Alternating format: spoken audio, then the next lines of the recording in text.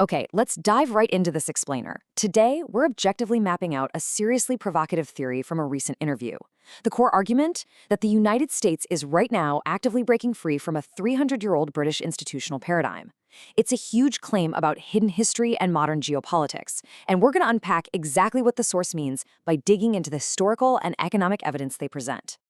To get us started, here is our roadmap for today. 1. The dumb giant theory. 2. Reviving the American system. 3. Securing sovereign energy. 4. Breaking global monopolies. And 5. The shifting power dynamic. Let's get right to it. Section 1. The dumb giant theory, which looks at a 300-year historical claim. So what exactly is the foundation of this argument? Well, according to the interview, the U.S. has basically spent most of the 20th century acting as the muscle for British foreign policy. The claim is that British institutions intentionally steered American power to enforce their own global systems. The phrase they use is dumb giant, which is a pretty striking way to describe an America that provided all the military and economic heavy lifting so Britain could project global power without actually having to maintain a strong economic backbone themselves. To explain how this dynamic supposedly started, the source lays out a very specific timeline. They argue that after the U.S. survived the Civil War and emerged industrially dominant, specifically culminating in the 1876 Centennial Exhibition, where U.S. industry was literally called a wonder of the world, the British realized they just couldn't compete head-to-head anymore. So according to the theory, they pivoted. Instead of direct opposition, British strategy shifted toward institutional influence. The source points to historical figures like Cecil Rhodes as making calculated attempts to basically guide American institutions from the inside out. Now, you might be wondering, is there any modern-day evidence to back up a 300-year-old historical claim like that? Well, the source points directly to a recent House of Lords report that premiered at Chatham House, which is a major British think tank.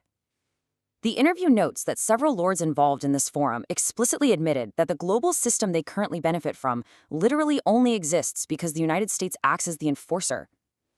The speaker uses this admission to argue that the dumb giant dynamic isn't some wild conspiracy, but an acknowledged reality among institutional elites. All right, let's move into Section 2, Reviving the American System, the Return of Economic Sovereignty. So how is the current administration reportedly tackling this? The interview claims they are deliberately reviving something called the American System. Now, that's not just a catchy political slogan. It's an actual 19th century economic philosophy originally championed by Alexander Hamilton. And Trade Ambassador Jameson Greer explicitly talked about this at Davos, outlining how this exact system focuses on national economic sovereignty and protectionism, rather than just prioritizing global integration. It really comes down to a massive clash of two totally different economic worldviews. On one hand, you have the standard British free trade system. The source characterizes this as inherently predatory, arguing that relying on a mystical, invisible hand basically just extracts wealth from the American working class to feed the City of London. Opposing that, you have the American system. This is framed as a sovereign framework intentionally built to protect domestic producers and keep national wealth inside the country's borders, which of course is absolutely crucial for your long-term job security and your wages. And the speaker makes it clear, this policy shift isn't just happening by accident. They describe an incredibly disciplined administration team armed with deep institutional knowledge. Along with Jameson Greer, they highlight folks like Scott Bessent, noting his deep insider knowledge of British finance. I mean, he previously worked with George Soros to famously crash the British pound. They also emphasize J.D. Vance's hyper-focus on protecting domestic production from foreign undercutting. It's portrayed as a tightly knit team built specifically to combat what they call globalism. Moving right along to Section 3, Securing Sovereign Energy and Protecting the Grid from Global Vulnerabilities. To ground all this geopolitical theory in reality, the interview gives us a pretty chilling hypothetical. Imagine a critical power transformer fails right here in the US.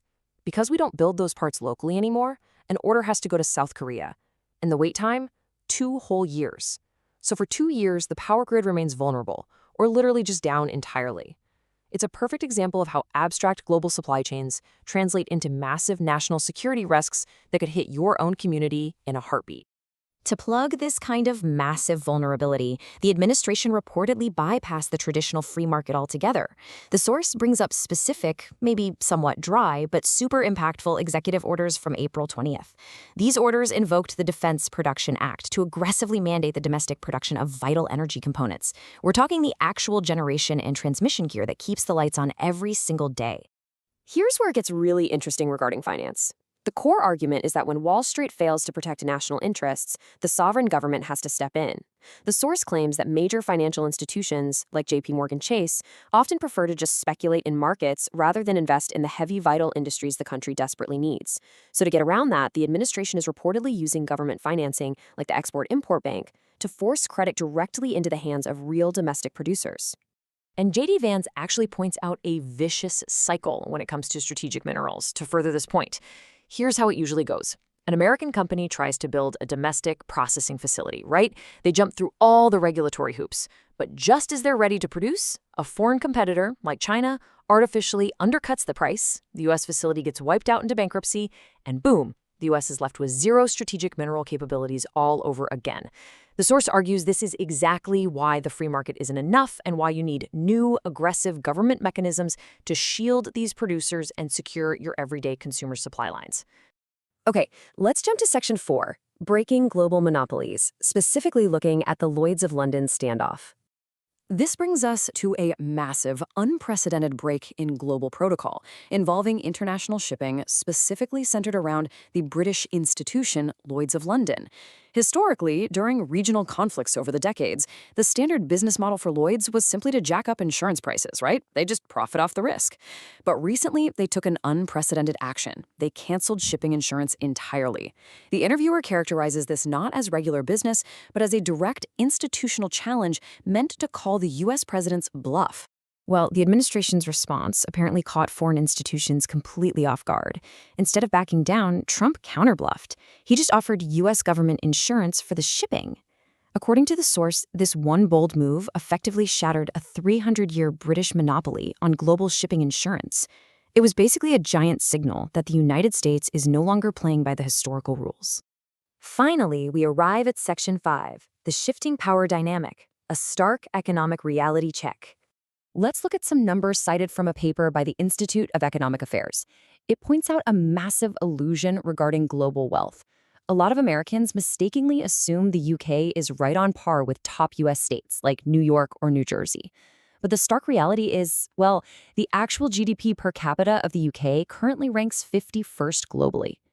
The speaker uses this data to argue that the institutional control and wealth Britain once held is rapidly deteriorating when compared to the sheer actual economic reality of the United States.